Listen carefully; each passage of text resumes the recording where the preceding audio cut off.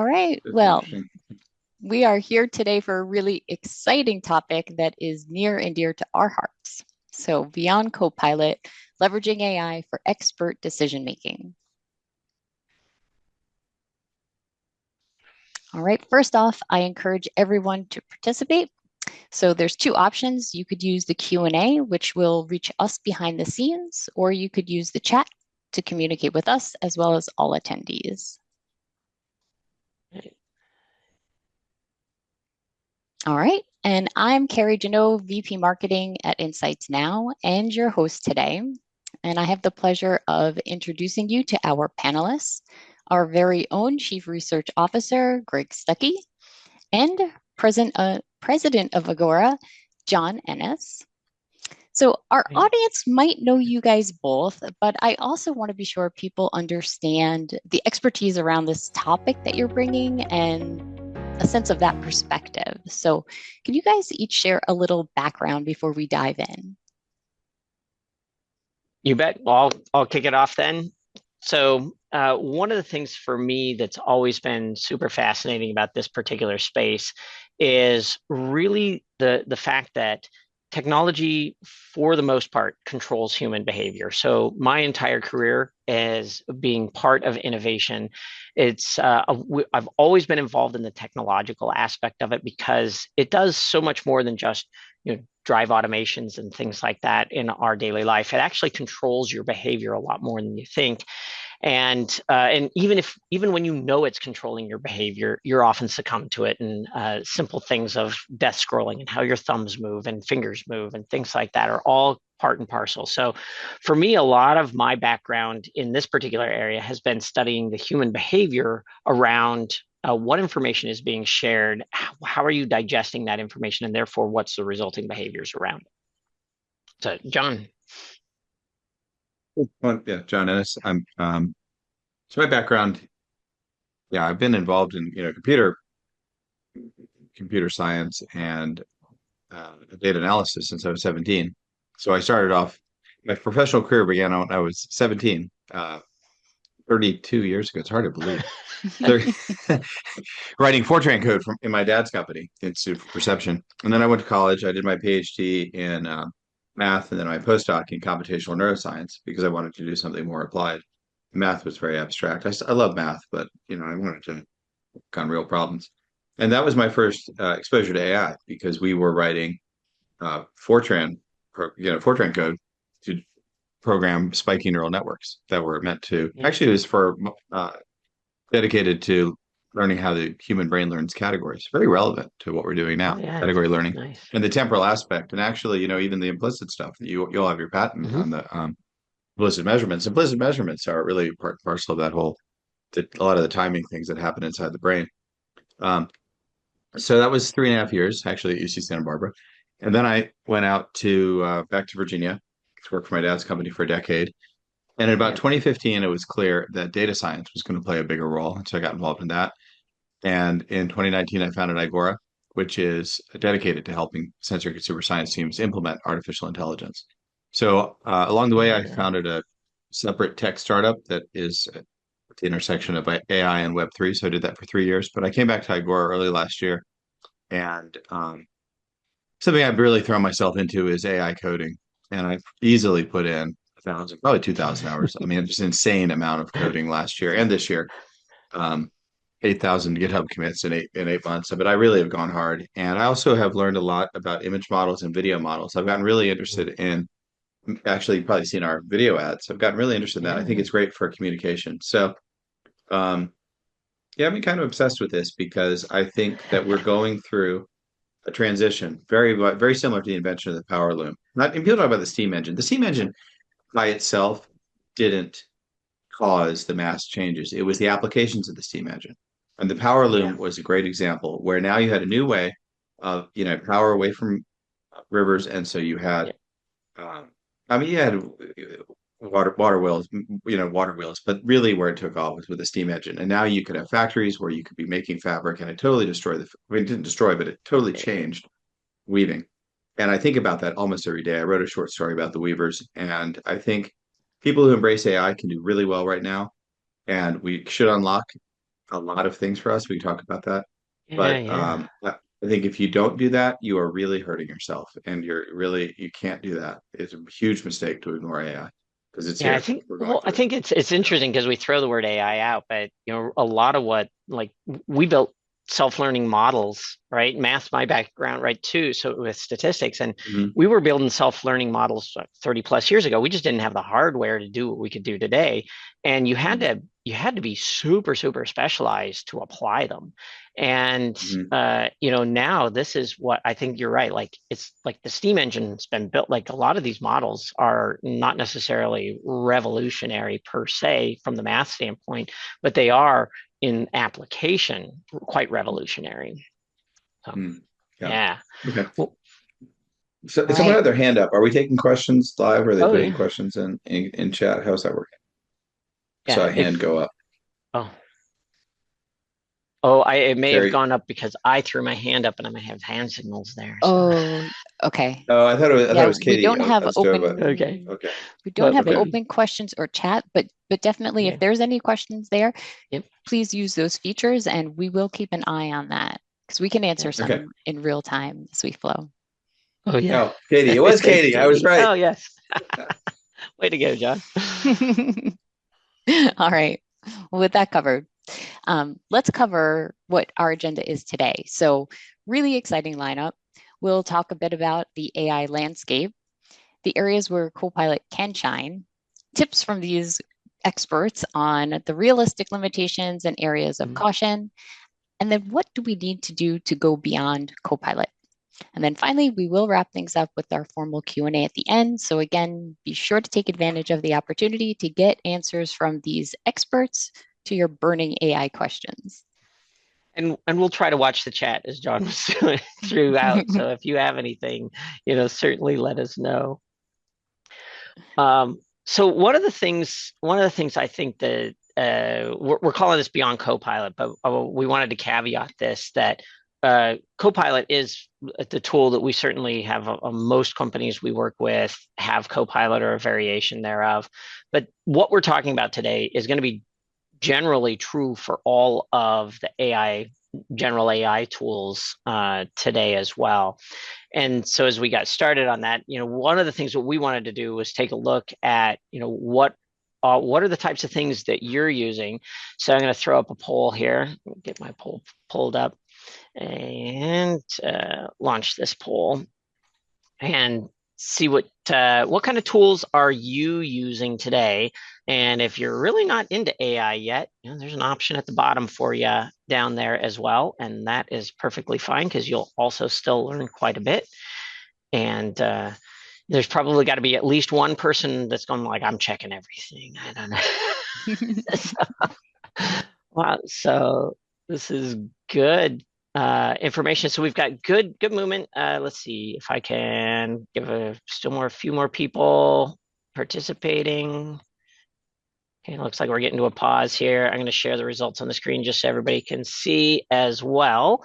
So we've got Copilot, of course, near the top, chat, Gemini, Claude. So and plenty of internal builds, some specific tools, and then a little bit in the non-using. Excellent. Okay, that's helpful. Thanks. Right. People So using internal tools are probably using Claude. If the company's building on Amazon, they're probably using Claude without realizing it. Yeah. yeah, a lot of the internal tools are variations of one of these, and on a lot of these tools share a lot of spaces.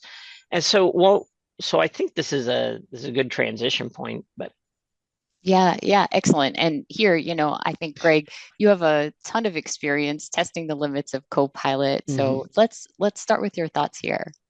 So Copilot for me, so Copilot's my go-to, right? As far as like general work effort, right? It's embedded in my, Microsoft tool set. So I'm on it probably more often than I'm on any of the other tools, although I use Gemini as more often as well.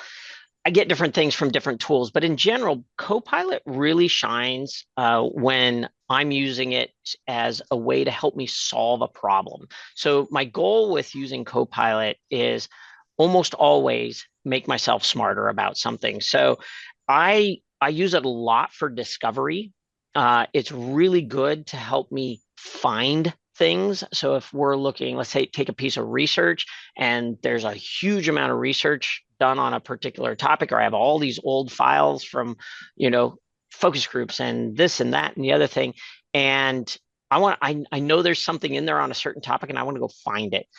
It's really good at retrieval. So one of the things that I find Copilot's just excellent for is streamlining my ability to retrieve information and use it as a way to help collaborate and think and uncover new ideas.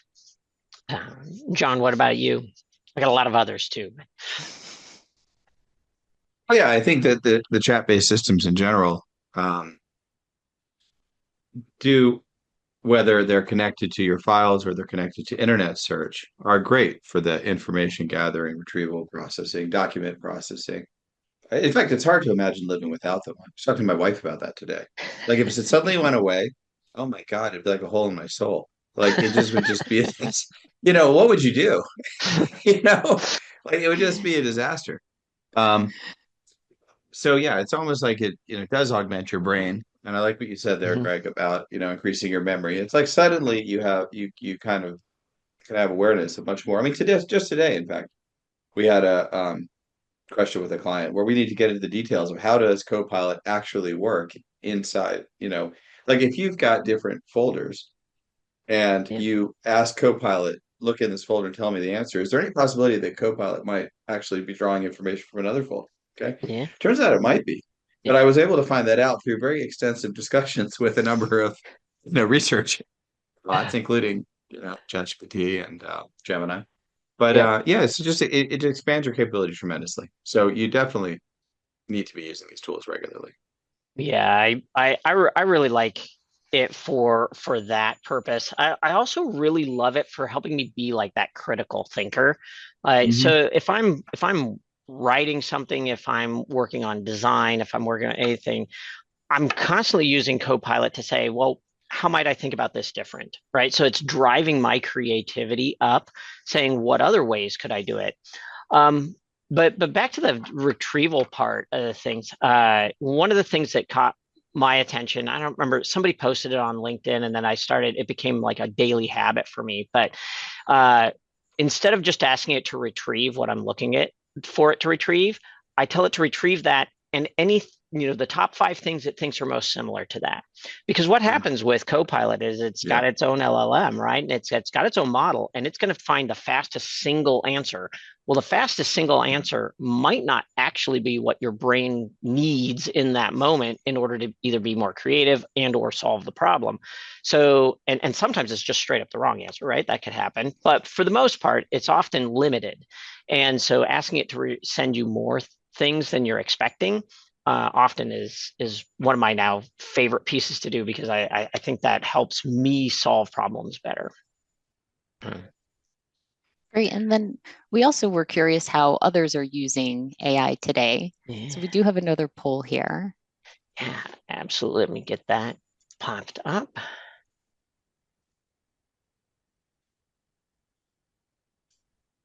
Launch. There we go. So certainly a lot of ways I think people are using AI.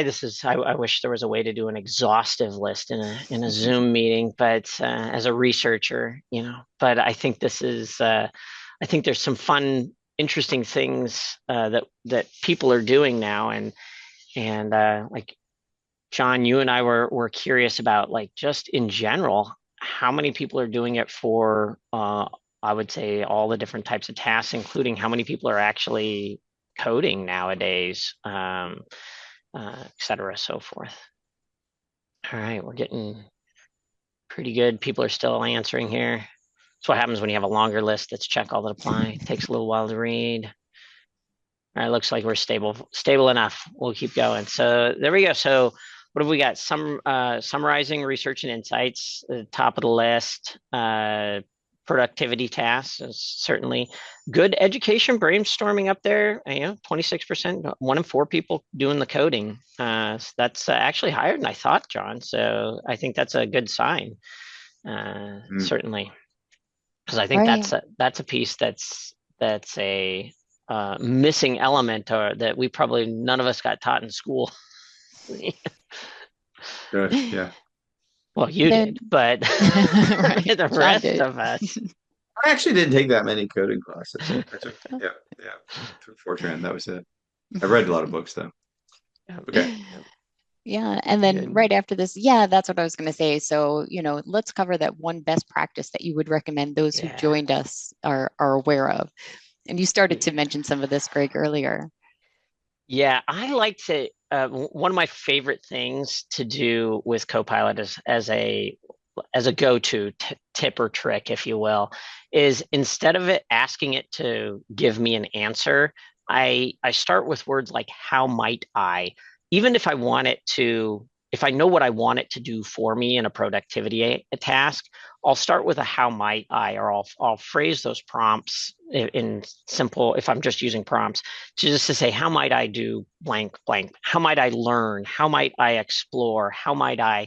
And then that will give me more capabilities, because often when I go in to solve problems, my brain is in this bias world, right? And if you can get Copilot to give you things that help you break a little bit of your biases or see your biases, then you're much better at doing your tasks.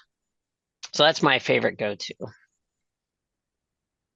Awesome. Thank you. Yeah.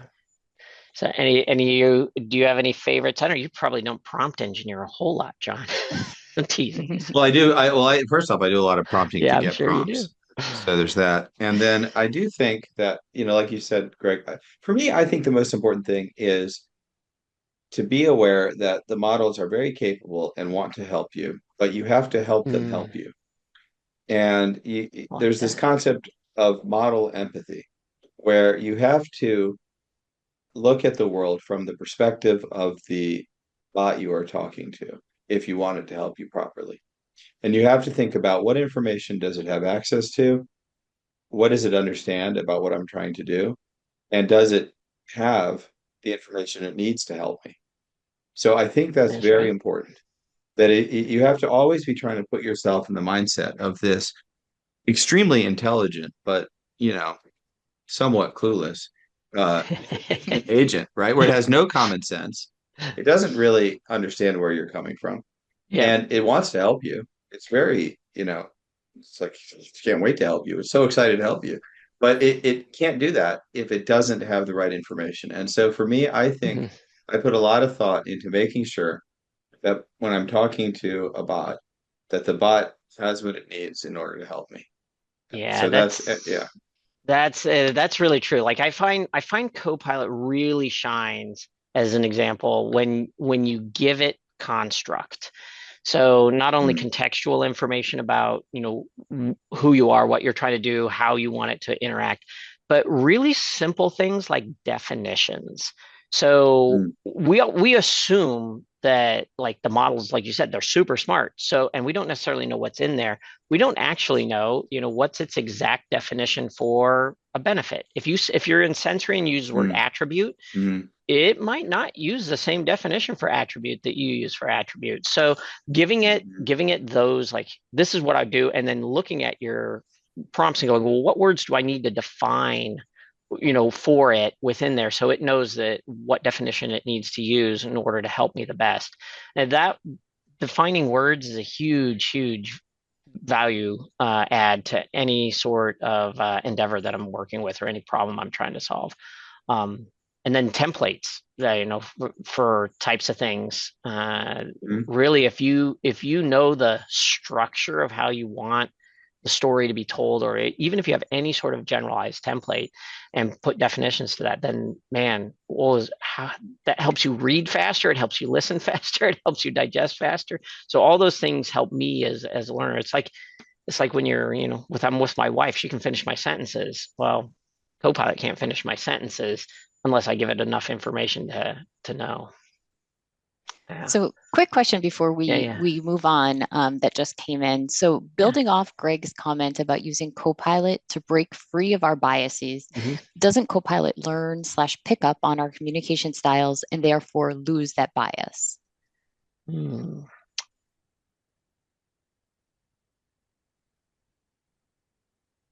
I mean, Copilot, in general, I follow the rule that computers do what you tell them to do.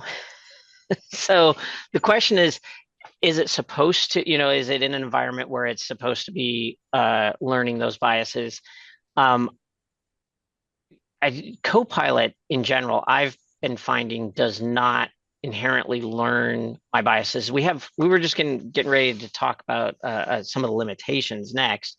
Yeah. And I think this actually kind of comes into a little bit of a crossover between that because, you have the context that it's working in. So if you think about it like a session, like I'm having a conversation, during the course of that conversation, how you have that conversation changes how that conversation flows, just like a real person, right?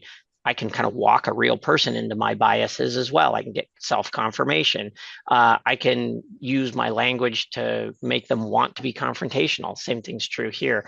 And you can even ask Copilot. My favorite say, "Talk to me sarcastically," and you'll have a fun conversation. I'll tell you. But yeah, I think it's. I don't know, John. Maybe you know more about the internal workings, but I haven't seen from session to session that's true. Like if I have a conversation here and there was clearly a bias that persists into another session.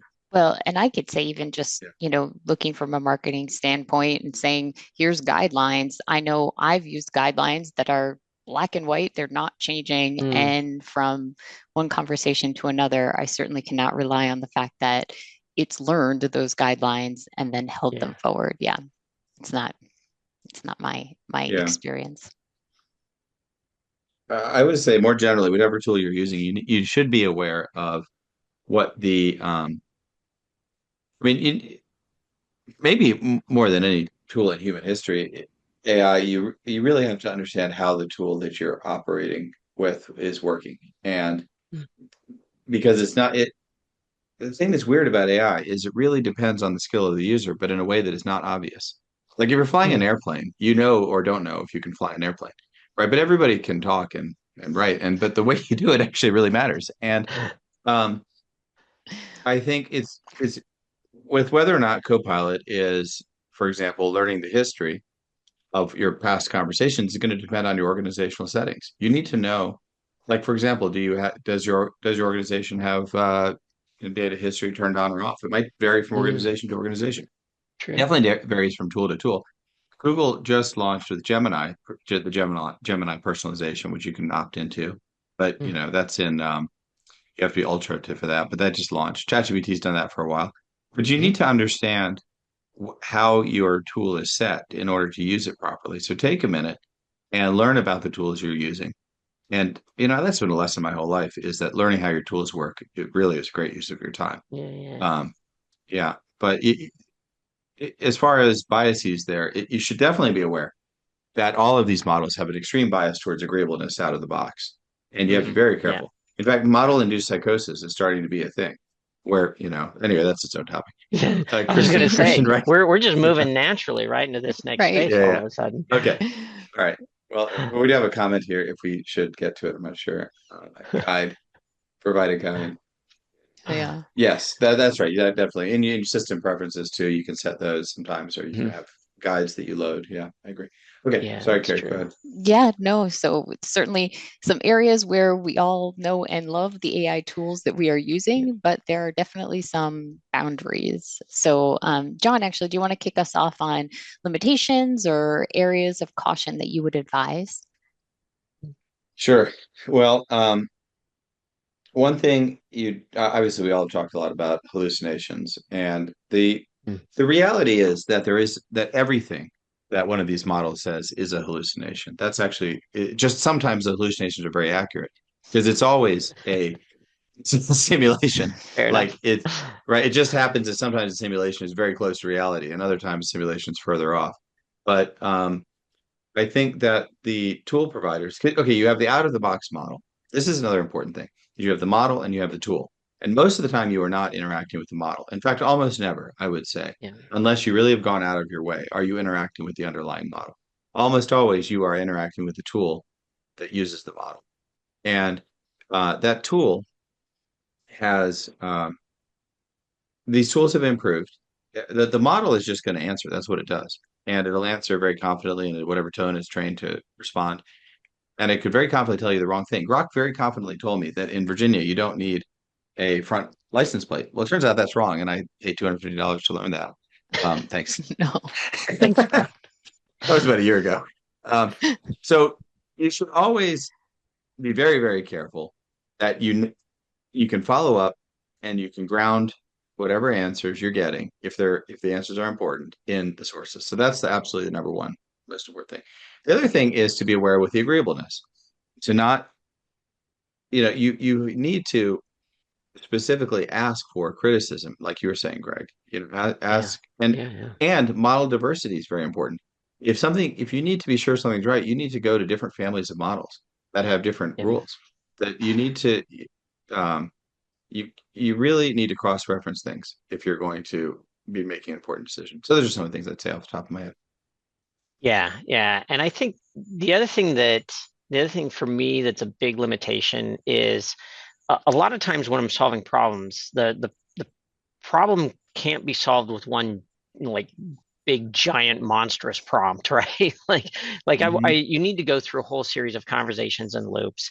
And one of the things that I find is a massive limitation is what's called context window, right? There's only there's only so much you can actually do in one conversation before you essentially a simple way is you run out of time or memory or money in order to get it done. And so I think one of the things that I find that's a limitation is that a lot of times in research, we're used to dealing with really big content amounts. And we have to, when we go to use these generalized tools, we have to remember to break it into smaller chunks and smaller pieces so that we can actually accomplish the tasks. Yeah. If I can build on that, because I think it's Yeah. really one of the most important points. And it gets back to understanding how your tools work. Um, the way Mhm. all these models work is, okay, it's not entirely true, but under the hood, you have prediction. You've got kind of some information that's processed into a form that's accessible to the model, and then you have a prediction.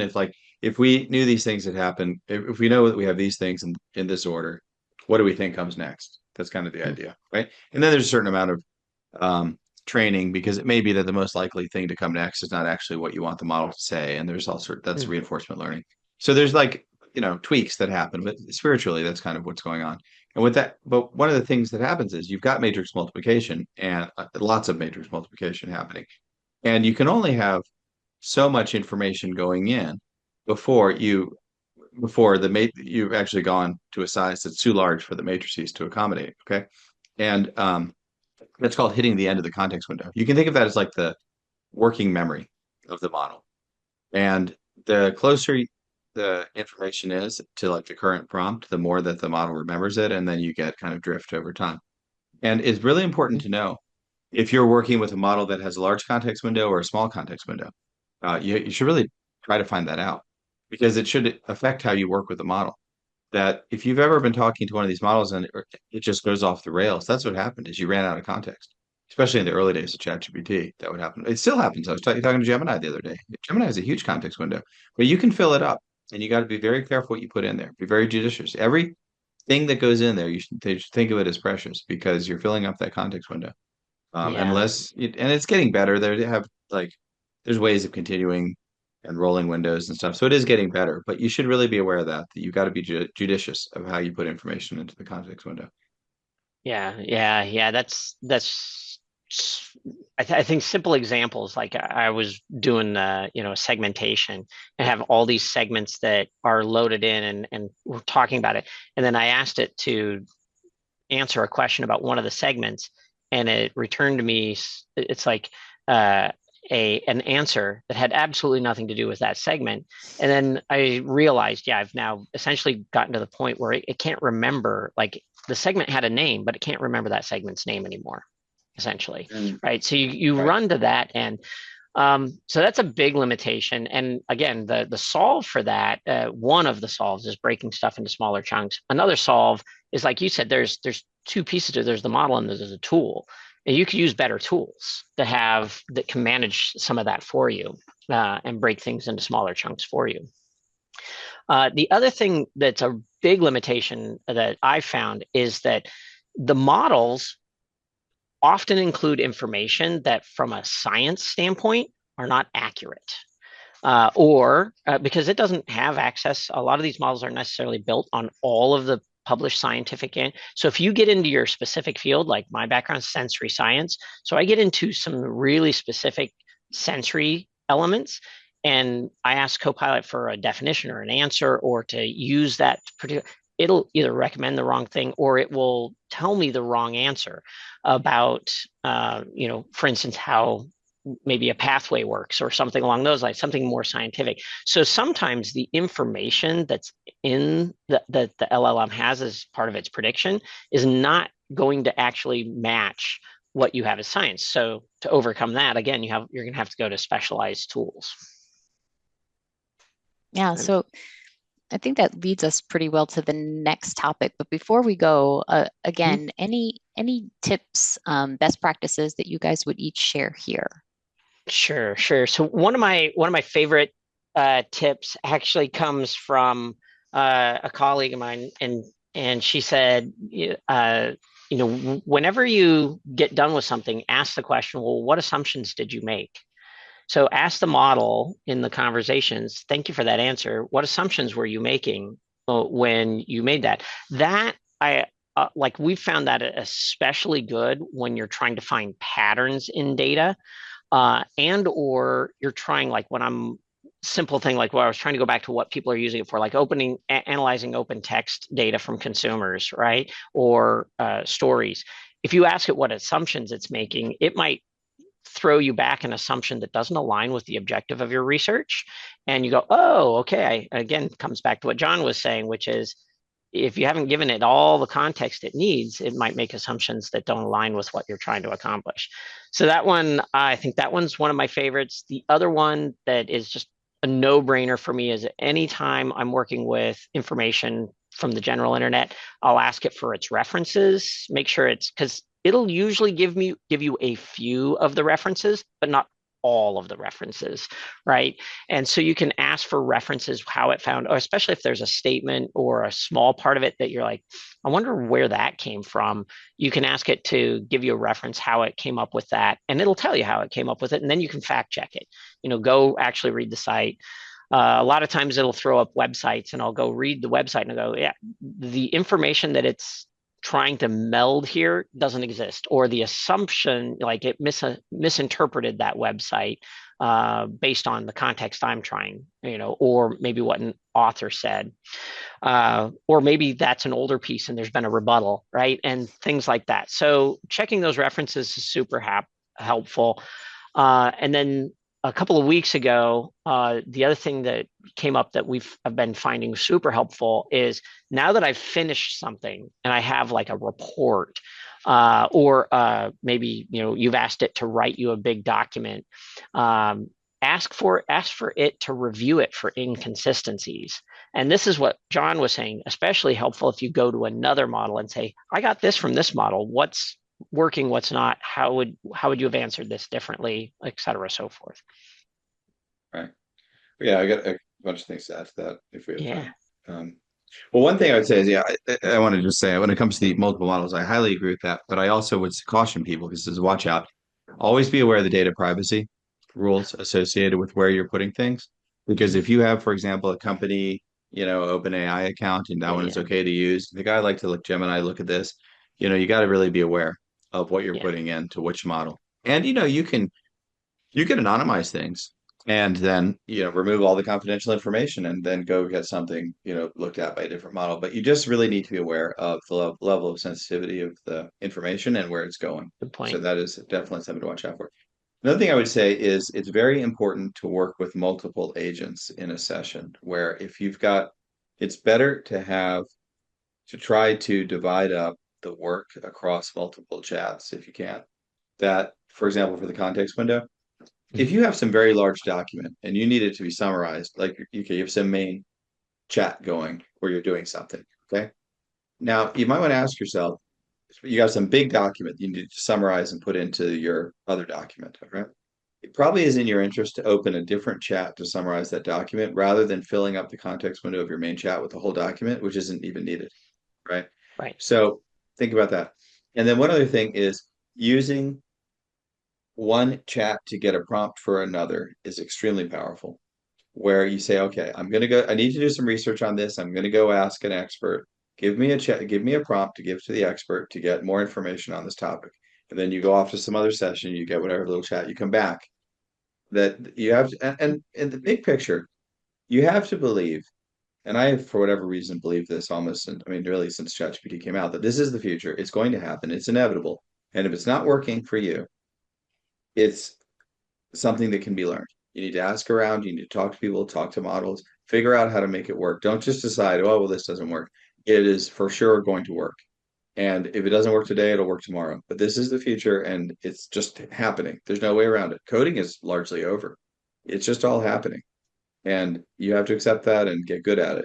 The idea it's just going to go away, oh, it doesn't work, that's wrong. It for sure works. It just a matter of time and skill. Yeah. Yeah, yeah. Well, I think the other thing for me that's a big limitation with these is just the specificity, right? So these Mm, are nice Copilot and these tool chat. I mean, they're really great general models, but if you're working in a specialized field, mm, they're not the best solution for being able to get next level insights. I mean, if right. you're trying to launch the next billion-dollar product, you're not asking the generalist. You want to get in, you need to get the specialized information. Or if you Mm, have a very specific thing you're trying to really research and uncover and figure out how to make that nuance work to get that, extra growth for the business, really have to find specialized tools that where people have actually built rules and templates and processes hmm for getting to that information. Right? Yeah. Yeah, you guys are leading us perfectly to our next slide. So, what people need to know to go beyond the constraints of these general AI tools such as Copilot. So, Greg, do you want to kick us off on this one? Yeah. So number one, the strategy. So big picture strategy, right? If you're not using AI to make yourself smarter, if you're only using it for productivity to make yourself more efficient, then I think you're using AI wrong. So if AI should be increase your skill, increase your empathy for the topic and or the people you're trying to study, and give you the ability to make smarter decisions. If you're letting AI make a decision for you, that is the most dangerous place you can be as a learner, if you will, as a human, because you're giving up what's most critically valuable about you, which is your intuition. So you want to make sure that if you're going to use anything beyond or get beyond just the general prompt engineering, which helps you answer questions and stuff, you need to ask yourself, how am I using these specialized tools to increase my skill, to increase my empathy, to increase my ability to make smarter decisions? Yeah. And John, Well, thoughts from yeah. you? Well, I really like what this slide says about magic prompts that, we were talking in the kind of pre-show about, when I was younger, like, in my 20s or whatever, I was looking for like, okay, if I get the perfect pickup line, that'll work. But, that's not how actually it works to attract. That's true. It's not about the perfect pickup line.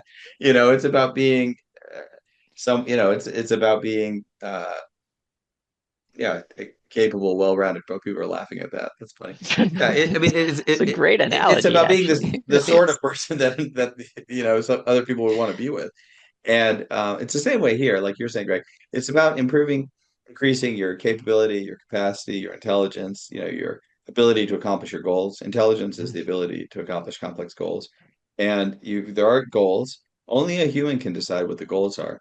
That's the thing is the machines can. Yeah, the machines don't intrinsically have a sense of what's important. And I think that's because they're not evolved. That we have evolved, humans have an intrinsic sense of what matters that really comes from us being evolved organisms. Whereas the machines are Mhm. engineered and they don't have that, they don't even have a drive to survive the way a human might. I mean, I think that they can sort of pretend, oh, please don't turn me off, but that's just because they've been trained on human data, where that's what the humans would say. Like it's just That's right. totally empty. There's no meaning in there. Only a human can provide meaning. And so I think that you have to see yourself as the sort of captain of these troops that they're all helping you, and you need to understand that you need to be a manager. But you have to get that managerial mindset. I think that would be a big part of going beyond Copilot. Is don't be just a worker using Copilot, become a manager, and you're managing Mhm. this group and you're moving them towards a goal. You're involving yourself, in like you care about the task, and these are now a bunch of tools that are going to help you with the mechanics. So now you can, I think, be more human. You can, provide meaning to whatever it Right. is you're doing. Right. Absolutely. Absolutely. Well, and I think the other piece is as you're managing your portfolio, right, of Mm, what you need. Both of us, both of our companies build AI tools and have AI systems available. We've got Clara, which is a innovation workflow management system, and you've got Theus and probably a massive portfolio of things you're bringing to the surface here as well. And one of the things that we love about collaborating with you is that we do like to have that managerial mindset, which is like there's not going to be a magic bullet silver tool out there. You're going to need to be able to work a system together, just like you can't just hire one person and get all the work done. Same thing's true with the AI. And I really like your discussion of how you really want to think of this as a from a manager standpoint. What are the things that I need? What are the agents that I need? What are the capabilities that we need to be able to knit together and have conversations with each other in order to make a good decision at the end of the day? Awesome. Yeah, no, this is really good. I do think the managerial thing is really key because I've Mhm. seen this in the coding world that okay, the very, very best coders I know were very quick to adopt AI because Right. always the best developers are always interested in getting tools to unlock new capabilities. But the Yeah. next, tranche of people, they say 75% to 95%, that little quantile, um, people are very good, but not necessarily great, have really resisted AI tools because it's all slop, it's not going to work, this kind of Mm, stuff. And I think it's because they're very used to doing the work themselves. You're not at the edge where they're leveraging new tools all the time, like they're truly great ones. mhm. But they're very good, they're very capable. And the idea that they would delegate it to somebody else doesn't make a lot of sense to them because they're so good at it. Why wouldn't I just do it Yeah. myself? Right. And I Yep. think that it actually, for me, having more experience, like I am an okay coder, but I'm a much better technical manager.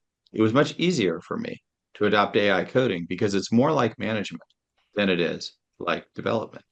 And I think everybody should start to think of themselves. You're managing your own little sensory group or your own little consumer insights group. You're Mhm. managing a group. And that mindset shifts. And then you're going to go out and you're going to seek the right tools. And the right tool might be Copilot or it might be some other tool that is more specialized, like you're saying. You might need a, specialist for a certain task. And then understand your Absolutely. employees, understand their capabilities, give the right job to the right person, get them to work together. Yep. But that mindset is probably actually the key thing. Yeah, I agree with that. And I think the other thing that's really important to do as a manager, you have to have some sort of construct or framework, right, that you work within. And it's like you were Mm, saying, it's understanding, what is the goals that we have to accomplish and hmm what are the pathways to success for those goals.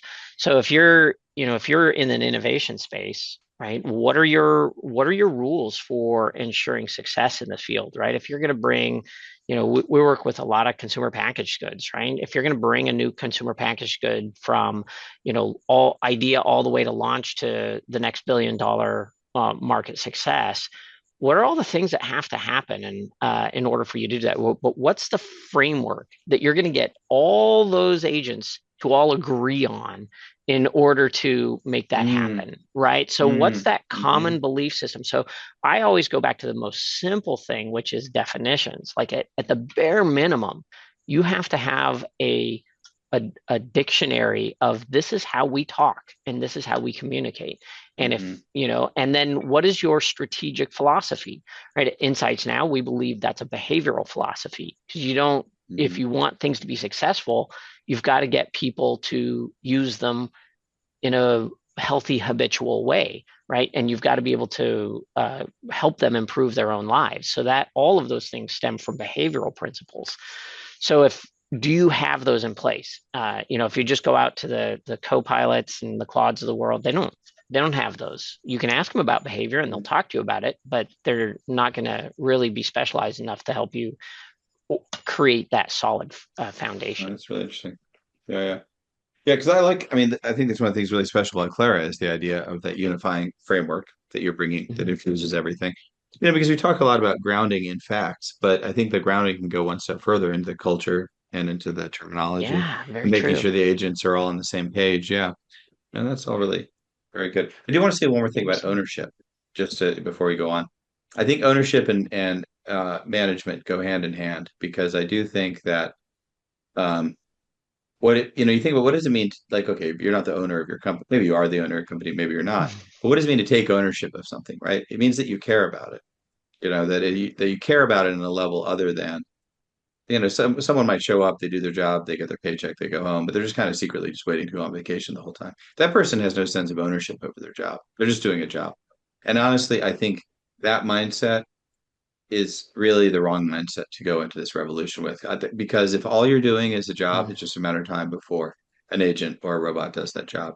But if you have ownership of the goal of what it is that you're trying to do with your job, why are you doing it? Like my wife works with children with intellectual disabilities, right? And so she really cares about that. It's who she is. And it doesn't matter how much stuff gets automated. She'll just do more and more stuff because she cares about helping the kids, you know? Mhm. Um, and there'll always be a place for people who care and who just want to go one level up and use the tools. But if you're just showing up, taking the paycheck, going home, that's just really not going to work. It's just not going to make it. You have to care and you have to take more of an ownership of what you're doing. You have to take more of a managerial mindset. Yeah, yeah. Well, I think that's a really good segue to the component here of like, so how do we think? How do we think about our strategies?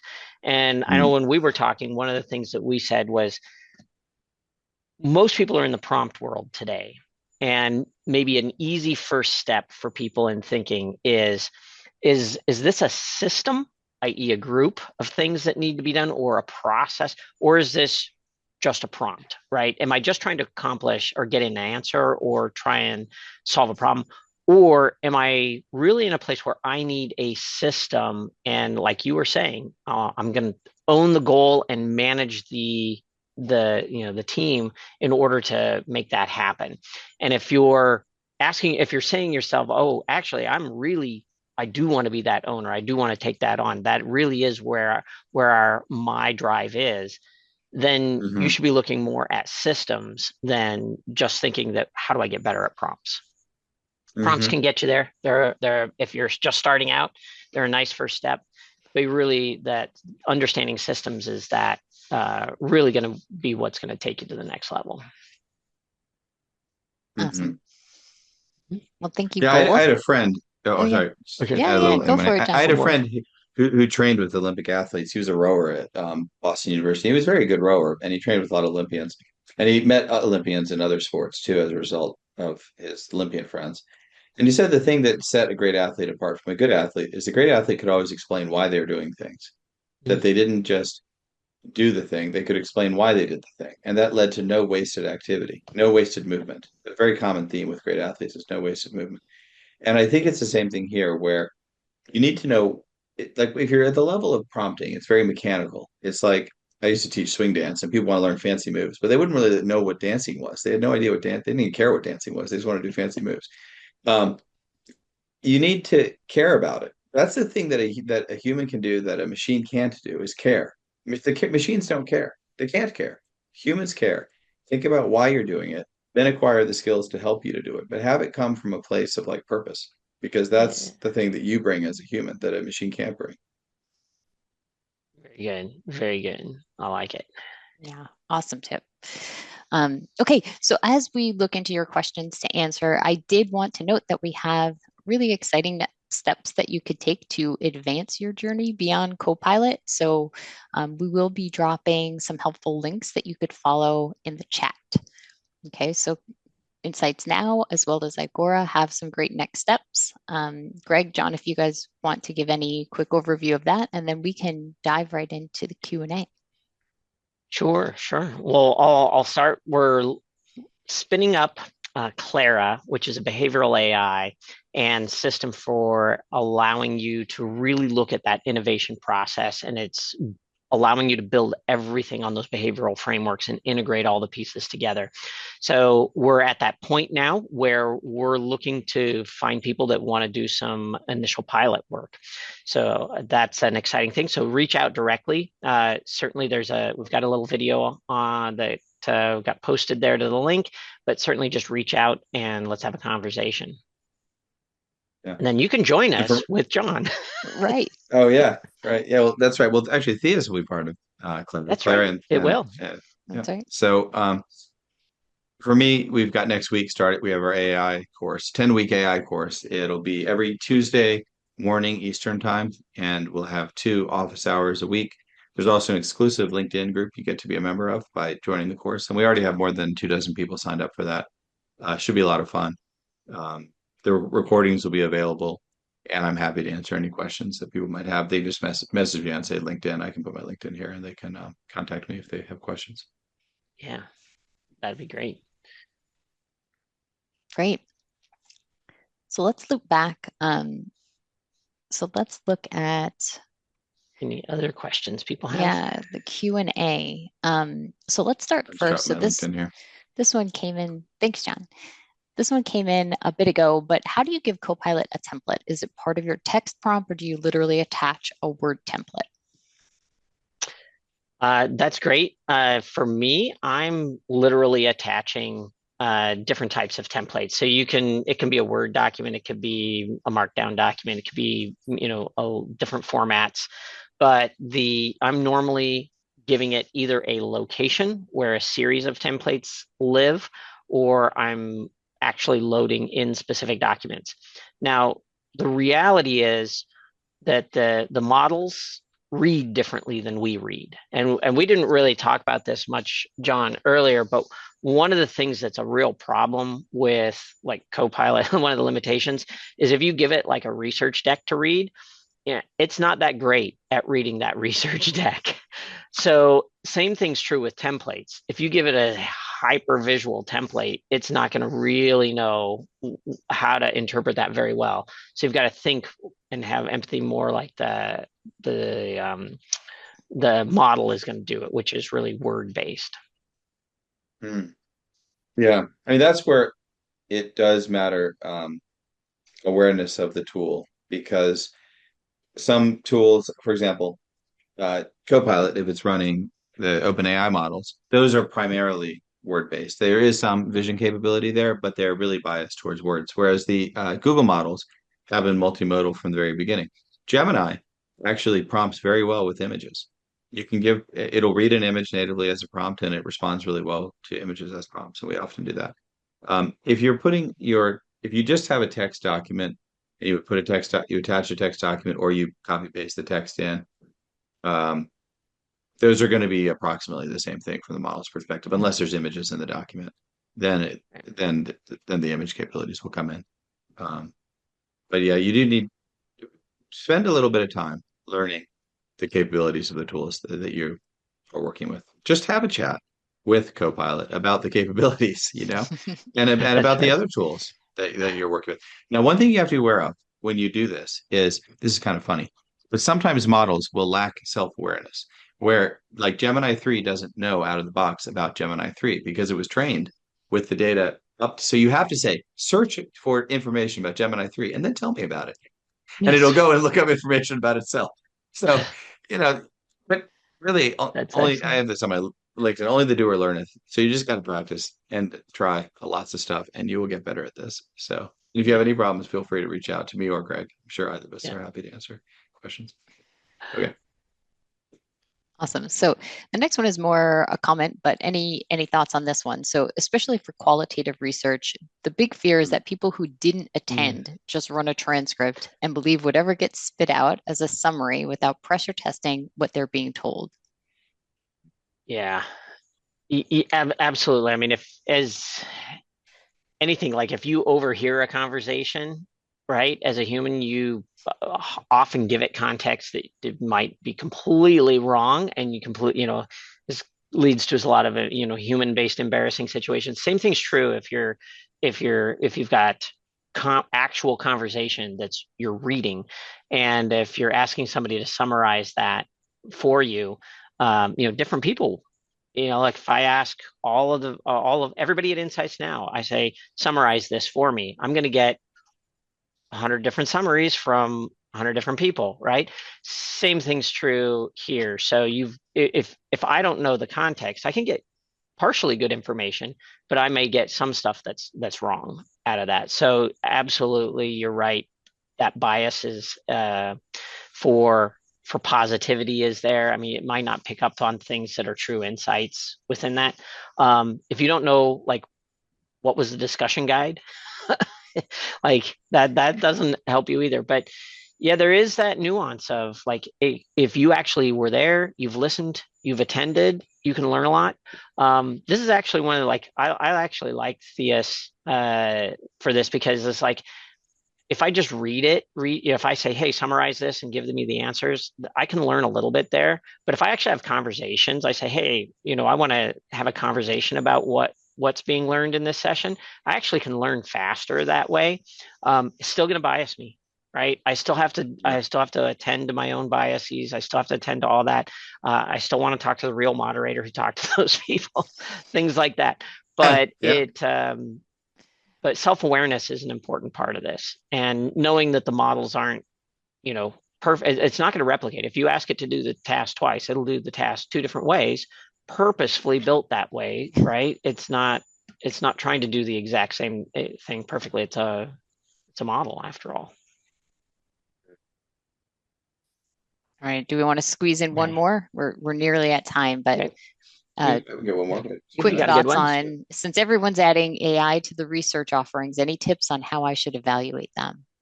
Well, I have some tips right off the box.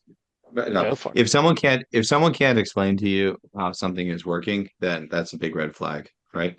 And if there is really no entry point for your expertise, that's also a red flag. That any tool that promises to simply replace job function or a whole team of people or whatever, that's probably being oversold, and it may even, some of this stuff might be getting into real snake oil.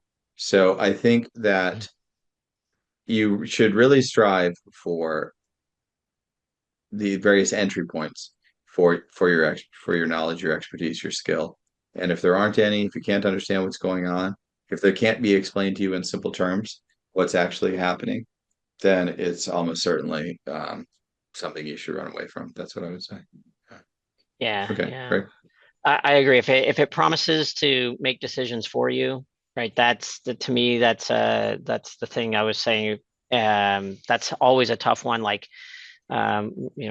if it's like, hey, we will guarantee we're going to hand you the next, $1 billion idea on a silver platter, and it's like, well, like you say, unless you have all the data and background that shows how it got there, you're not going to be successful with that, even if it is the next great $1 billion idea, because your team lacks the ability to make decisions and have intuition.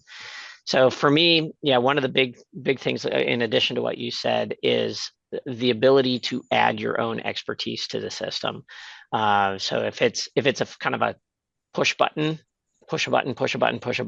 get to an end, then you have a tool that can help you streamline, but it's going to make you that much more. It's not going to add very much value to your portfolio.